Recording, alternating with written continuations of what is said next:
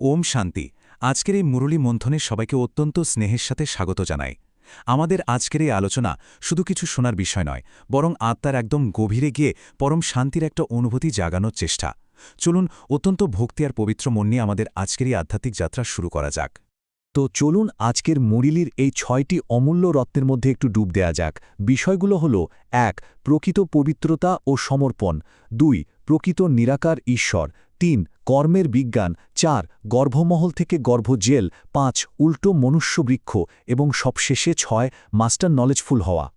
আমাদের প্রথম বিষয় প্রকৃত পবিত্রতা ও সমর্পণ, ঐশ্বরিক সংযোগের পূর্বশর্ত। এখানে আসলে আত্মার বর্তমান অবস্থা নিয়ে খুব গভীর একটা আত্মবিশ্লেষণের কথা বলা হয়েছে, কারণ প্রকৃত পবিত্রতা ছাড়া সত্যিকারের সমর্পণ একেবারেই অসম্ভব। এখানে একটা খুব ইন্টারেস্টিং আর গুরুত্বপূর্ণ প্রশ্ন হল, ঐশ্বরিক সমর্পণের জন্য পবিত্রতাই কেন একমাত্র শর্ত? কেন শুধু জগতের বুকে ভালো কাজ বা পুণ্য করাই পরমপিতার কাছে গ্রহণযোগ্য হওয়ার জন্য যথেষ্ট নয়? আমাদের রুহানি ভাই বোনেদের জন্য এটা কিন্তু গভীরভাবে ভাবার একটা বিষয় যে বাইরের কোনো সৎকর্মের চেয়ে কেন ভেতরের এই পবিত্রতাটাকেই একমাত্র মাপকাঠি ধরা হয়। বিষয়টা ঠিক এরকম। ধরুন, অত্যন্ত সুস্বাদু কোনো খাবার পরিবেশন করা হলো, কিন্তু প্লেটটা একদম কাদায় মাখামাখি। তা কি খাওয়া সম্ভব? ঠিক একইভাবে আমাদের আত্মারূপী পাত্রটা যখন কাম, ক্রোধ বা অহংকারের মতো বিকারের কাদায় মেখে থাকে, তখন আমাদের করা ভালো কাজ বা দান পরমপিতার কাছে ঠিক পৌঁছায় না। কারণ আত্মা সম্পূর্ণ পরিচ্ছন্ন হলেই তবে তার কাছে আমাদের সমর্পণটা সত্যিকারের গ্রহণযোগ্য হয়। এবার আসি দ্বিতীয় অংশে, প্রকৃত নিরাকার ঈশ্বর পরমাত্মাকে চেনা। দেহ অভিমানের কারণে মানুষ কিভাবে ঈশ্বরের আসল পরিচয় ভুলে গেছে, সেটাই আমরা এখানে দেখব। তো সবচেয়ে গুরুত্বপূর্ণ পয়েন্টটা হল, সত্যিকারের রাম বা পরমপিতা পরমাত্মা কিন্তু সম্পূর্ণ নিরাকার। উনি হলেন এক ঐশ্বরিক জ্যোতির্বিন্দু। যারা জন্ম আর মৃত্যুর চক্রের মধ্যে আবদ্ধ, শারীরিক শরীরধারী সেই দেবতাদের থেকে তিনি সম্পূর্ণ আলাদা। উনি কখনোই জন্ম মৃত্যুর এই জাগতিক চক্রে আসেন না। এর পরের বিষয়টা হল ৩ নম্বর অংশ, কর্মের বিজ্ঞান, কর্ম ও কর্মের বোঝা। বর্তমান এ সময়ে নেতিবাচক কাজের প্রভাব থেকে সুরক্ষিত থাকতে হলে কর্মের এই সূক্ষ্ম বিজ্ঞানটা আমাদের বুঝতেই হবে। ব্যাটারির এই চমৎকার উদাহরণটা দেখলে বিষয়টা একদম জলের মতো পরিষ্কার হয়ে যাবে। সত্যযুগে আত্মারূপী এই ব্যাটারি যখন ১০০ ভাগ চার্জ থাকে, তখন তা শতপ্রধান আর একদম বিকারমুক্ত। কিন্তু জন্মমৃত্যুর চক্রে ঘুরতে ঘুরতে শক্তি হারাতে হারাতে কলিযুগে এসে এই আত্মা পুরোপুরি ডিসচার্জড এবং তমপ্রধান হয়ে যায়, ঠিক যেন একটা ব্যবহৃত পুরনো ব্যাটারি। আর এটা অত্যন্ত চমৎকারভাবে তুলে ধরে যে কিভাবে বিকারমুক্ত সত্যযুগে আত্মার প্রতিটি কাজ অকর্ম হয়, যার কোনো পাপের বোঝাই থাকে না। অন্যদিকে বর্তমান কলিযুগের রাবণ রাজ্যে ৫টা বিকারের বশবর্তী হয়ে করা প্রতিটি কাজ বিকর্ম বা নেতিবাচক কর্মে পরিণত হয়। আর এই বিশাল বোঝা ভস্ম করার জন্যেই কিন্তু নিরন্তর পরমপিতাকে স্মরণ করাটা আমাদের জন্য একেবারে অপরিহার্য। ৪ নম্বর অংশ, গর্ভমহল থেকে গর্ভজেল, আত্মার পতন। মানুষের অভিজ্ঞতা কিভাবে চরম আনন্দ থেকে ধীরে ধীরে তীব্র যন্ত্রণার দিকে নেমে এসেছে, সেটা নিয়েই এবার আমরা কথা বলবো।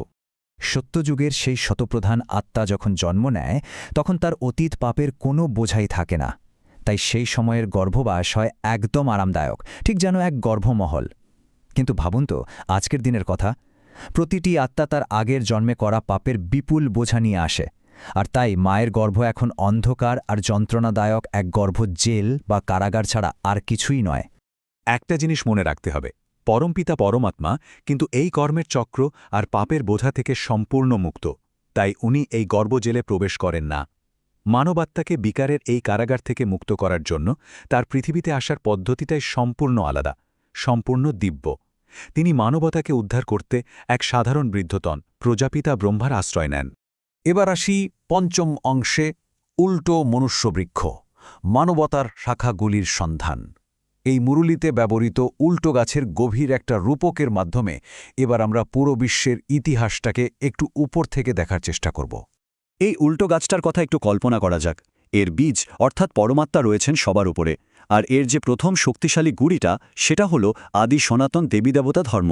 কিন্তু সময়ের সাথে সাথে যখন আত্মারা তাদের ভেতরে শক্তি হারাতে শুরু করল, ঠিক তখনই সেই আধ্যাত্মিক শূন্যতা পূরণের জন্য গাছটাতে নতুন নতুন শাখা বা অন্যান্য ধর্মের সৃষ্টি হলো।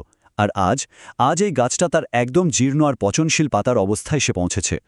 এই ঐশ্বরিক জ্ঞানে নিজের তন মন এবং ধন সমর্পণ করার মানে কিন্তু কোনো কিছু ত্যাগ করা বা হারিয়ে ফেলা নয়, বরং ব্যাপারটা হলো আগামী ২১ জন্মের জন্য এক বিপুল সৌভাগ্য নিশ্চিত করা। এটাকে ঈশ্বরের সাথে আত্মার এক অসাধারণ ডিভাইন ডিল বা পবিত্র লেনদেন বলা যেতে পারে, যেখানে বর্তমানের একটু বিনিয়োগ ২১ জন্মের উত্তরাধিকার এনে দেয়। আমাদের আলোচনার ষষ্ঠ এবং একেবারে অন্তিম অংশ, মাস্টার নলেজফুল হওয়া, ব্যবহারিক দক্ষতা ও ধারণা। এতক্ষণ ধরে যে জাগতিক আর মহাজাগতিক ধারণাগুলো আমরা জানলাম, সেগুলোকে কিভাবে আমাদের দৈনন্দিন জীবনে কাজে লাগানো যায় সেটাই এবার দেখব। তো এই স্লাইডের সবচেয়ে আকর্ষণীয় বিষয়টা হলো উইল পাওয়ারের এই চমৎকার সংজ্ঞা। উইল পাওয়ার মানে কিন্তু জোর করে নিজেকে নিয়ন্ত্রণ করা নয়, বরং এর আসল মানে হলো নিজের ভেতরের সমস্ত দুর্বলতা আর বিকারগুলোকে স্বেচ্ছায় ঈশ্বরের কাছে সম্পূর্ণ উইল বা সমর্পণ করে দেয়া। আর মজার ব্যাপার হলো, যখনই এই দুর্বলতাগুলো আমরা সমর্পণ করে দিই, তখন সেই খালি জায়গাটা স্বয়ংক্রিয়ভাবেই ঐশ্বরিক শক্তিতে ভরে ওঠে। এখানে বলা হয়েছে নলেজের লাইটমাইটের দ্বারা বিঘ্নবিনাশক মাস্টার নলেজফুল হও। আসলে জ্ঞান মানে শুধু কিছু তাত্ত্বিক তথ্য নয়, এটা হলো লাইট এবং মাইট। লাইট মানে হলো স্পষ্টতা, যা দিয়ে আমরা পরিস্থিতিকে সঠিকভাবে বুঝতে পারি, আর মাইট মানে হলো সেই ঐশ্বরিক শক্তি যা আমাদের সব অবস্থায় একেবারে অটল রাখে। এই জ্ঞানকে হাতিয়ার করেই জাগতিক সব বাধা অতিক্রম করে আমাদের এক বিঘ্নবিনাশক মাস্টার নলেজফুল আত্মায় পরিণত হতে হবে। সবশেষে একটা বিষয় নিয়ে আমাদের সবার একটু শান্ত হয়ে ভাবা উচিত। আত্মার আসল শাশ্বত শক্তি যখন সেই অদৃশ্য শিকড় অর্থাৎ পরম পিতার কাছ থেকেই আসে, তখন ভৌত জগতের এই মৃতপ্রায় পাতার প্রতি আমাদের এত অতিরিক্ত আসক্তি কেন? এই মহাবরণটা সরিয়ে সেই আসল শাশ্বত শক্তির সাথে গভীর সংযোগ স্থাপন করাই কিন্তু এখন সবচেয়ে জরুরি। এই ভাবনার রেশ ধরেই আজকের মুরলী মন্থন এখানেই শেষ করছি। ওম শান্তি।